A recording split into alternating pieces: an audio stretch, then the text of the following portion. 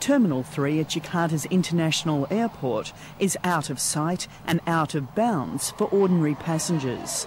For this is a terminal catering to one of Indonesia's largest export industries, women. Indonesia may be a newcomer to the international maid trade, but it now ships tens of thousands of workers overseas each year. Each woman departing with the same aim, to escape a life of poverty.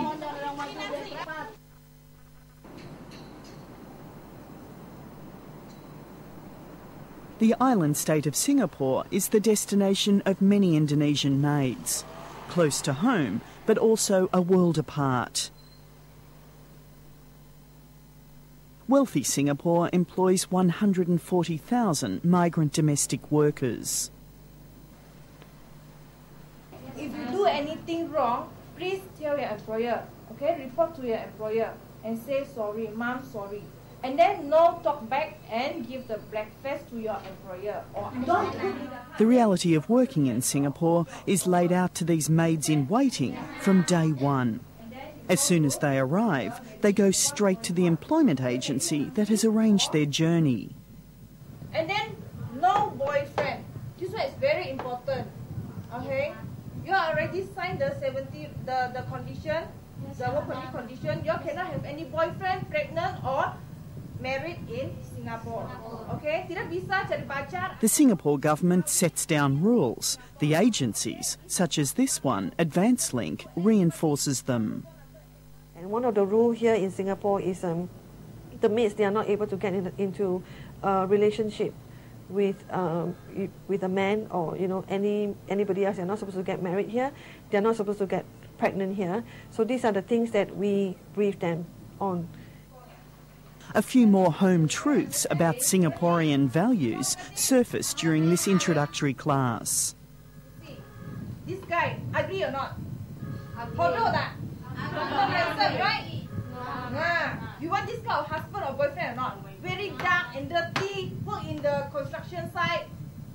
Is it? Agree, right? Please. This maid agency surprisingly agreed to allow Dateline to film its operation. It has earned a reputation of supplying well-trained and compliant workers. Okay. Work in Singapore, did you have any attitude problem?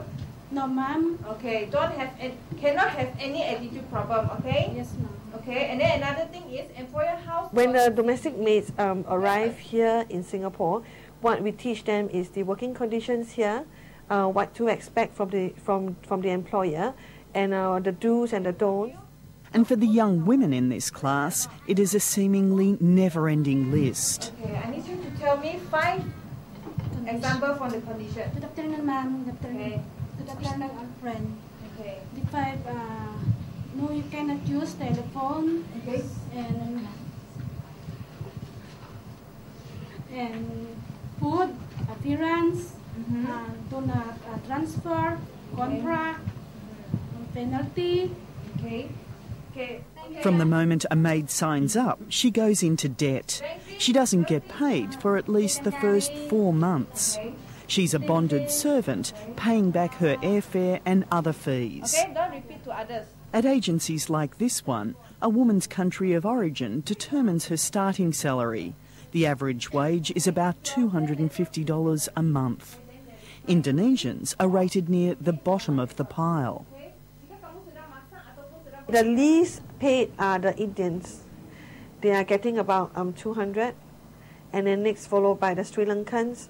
They are getting about 220 to 240, and next will be the Indonesian maids, and then next comes the Thai, the Filipinos. They are about the same, about 300 plus. Other conditions are less certain.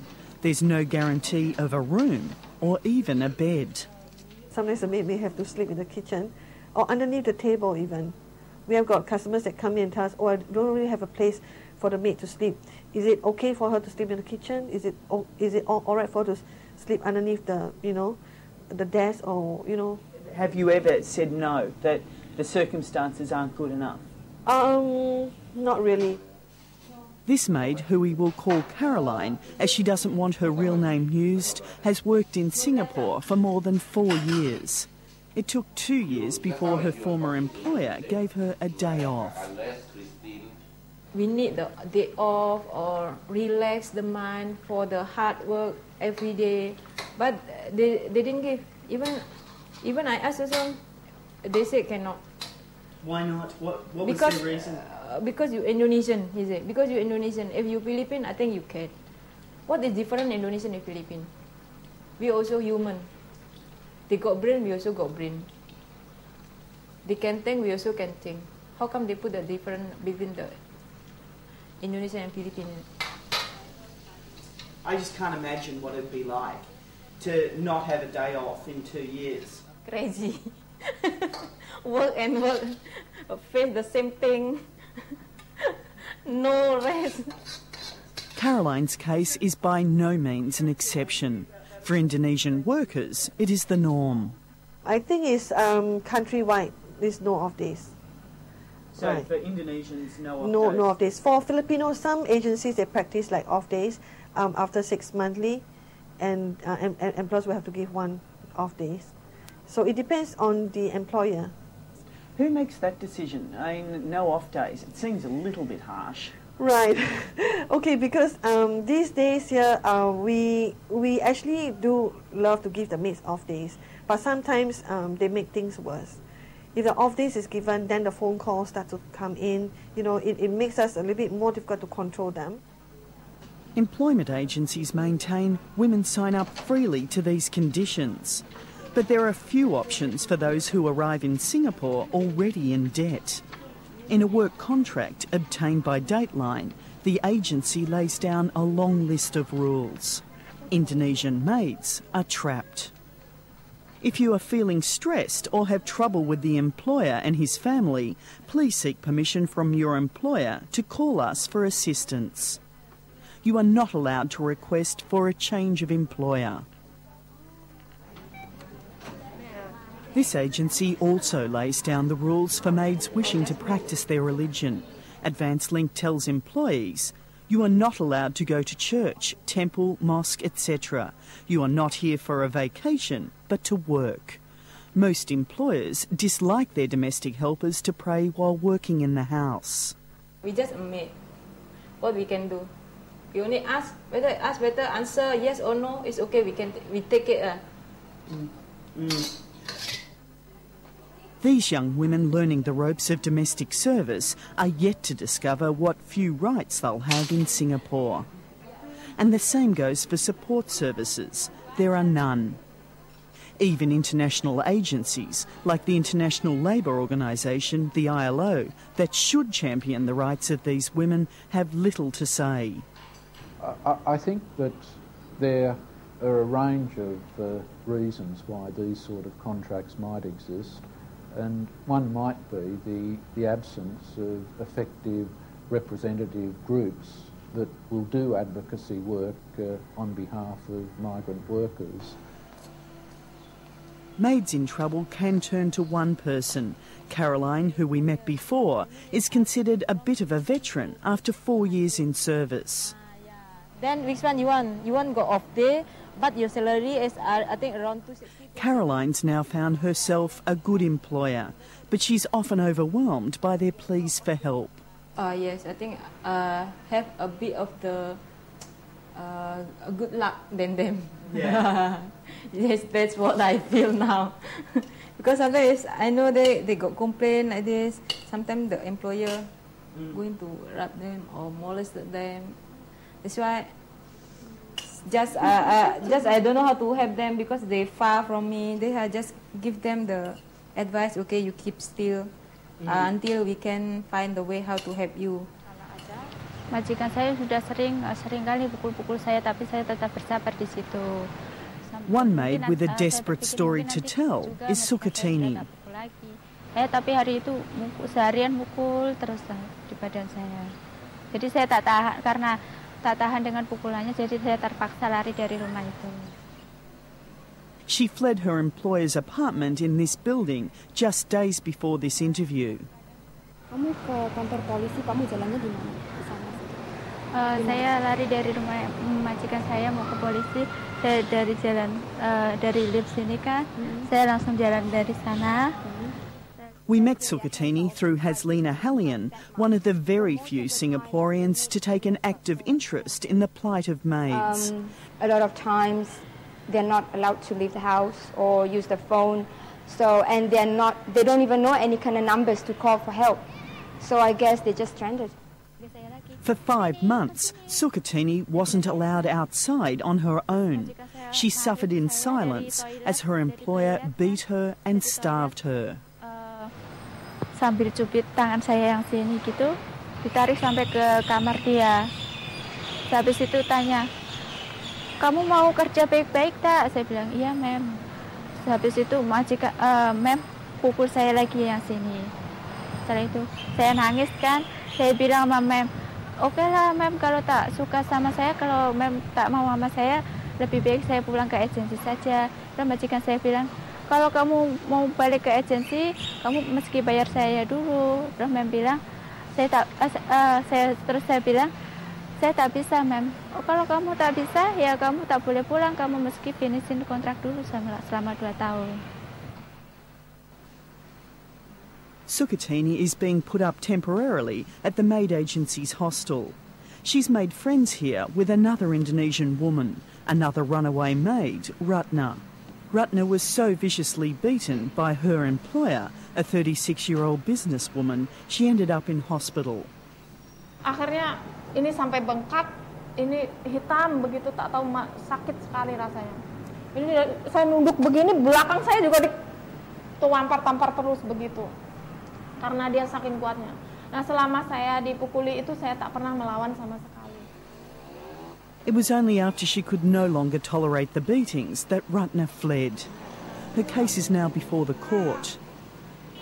Akhirnya saya lari pun saya tak tahu kemana polisi, karena saya di sini juga takut ya, baru pertama kali. Akhirnya saya diantar oleh sopir taksi, terus saya melapor ke situ. Akhirnya dari polisi berikan keterangan, di foto, semua foto identitas saya ada di polisi. Polisi bawa saya ke rumah sakit. Saya tinggal di Alexandra Hospital 5 hari. Nah, dari situ saya terus diambil oleh agensi. For some Indonesian women in Singapore, the story is even grimmer. Statistics reveal that more than one Indonesian maid a month has fallen to her death in often mysterious circumstances.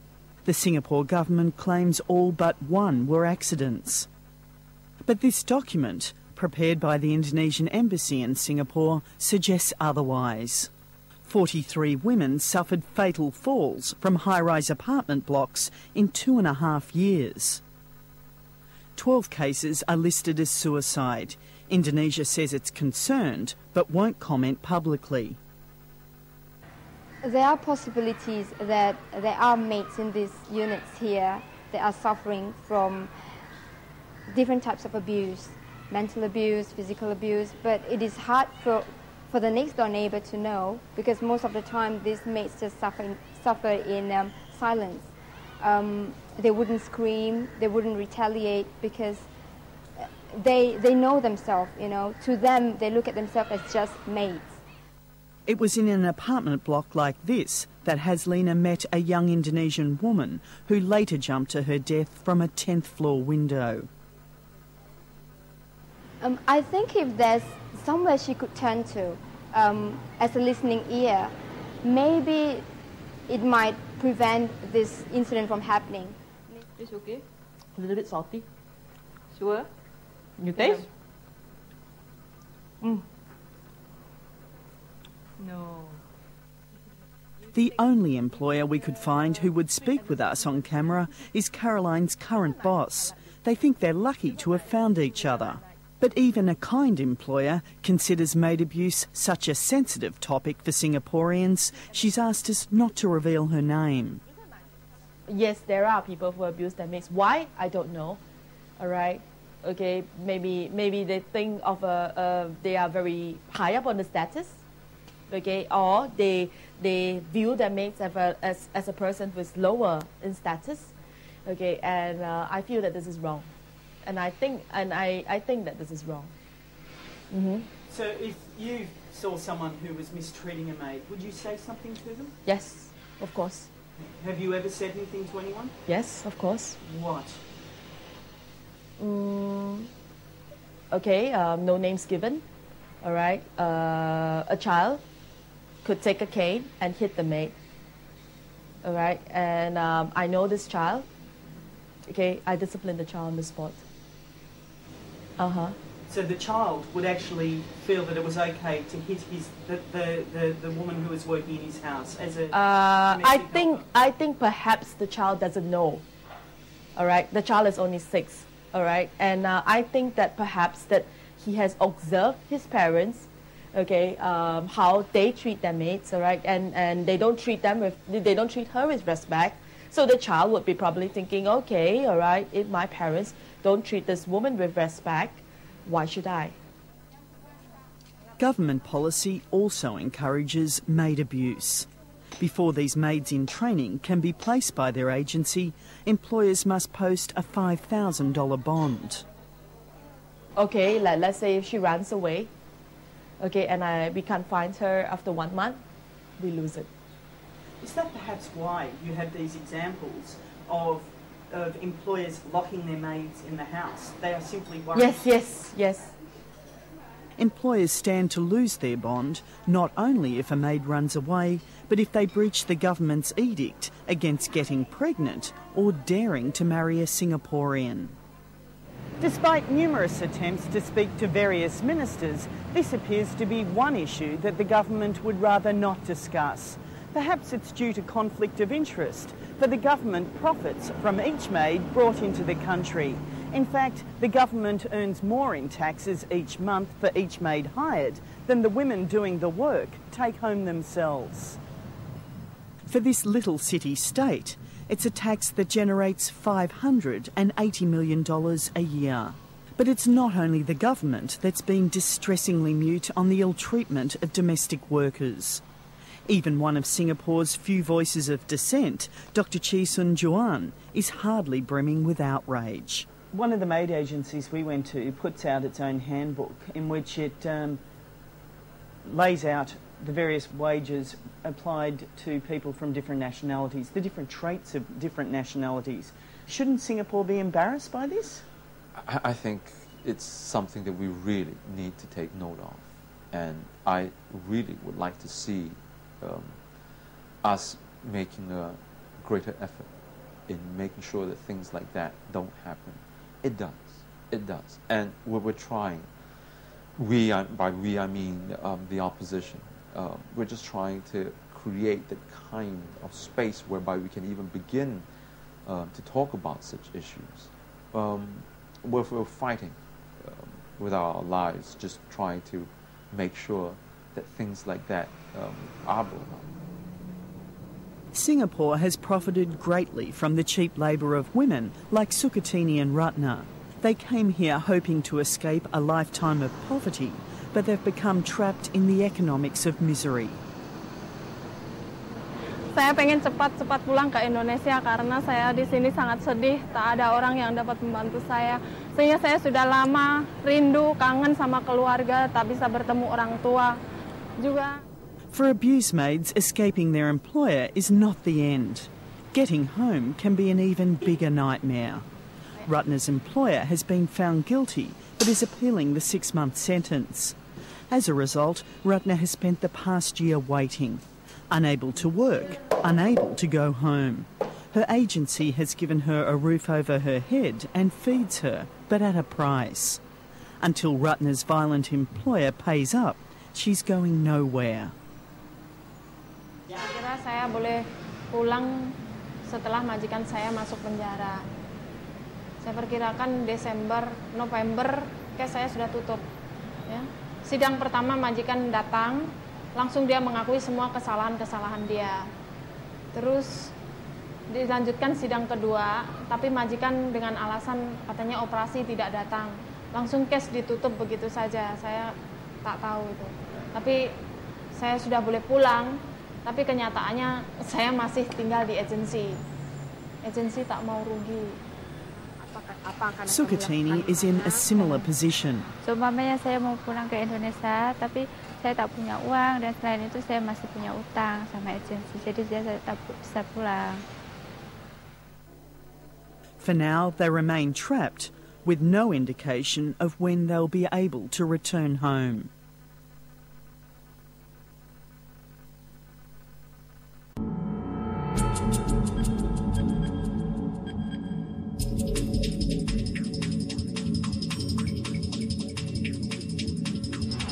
This Maid Trade increasingly agreed and suggested to film its